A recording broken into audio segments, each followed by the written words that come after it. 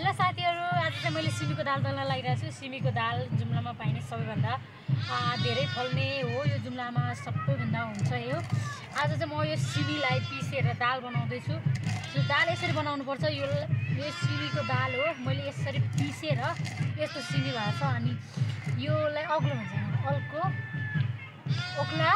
ओग्ला अरे यो चाहिँ। अनि यो धेरै गरिसक्यो म जुम्ला आइसकेपछि आज चाहिँ मेरो नानीलाई नन्दालाई दल दिन लागेको छु।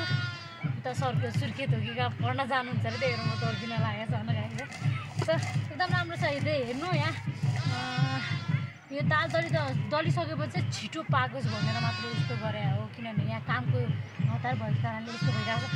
सो यस्तो गेडै खानु पर्यो भने पनि यसो धेरै मिठो हुन्छ।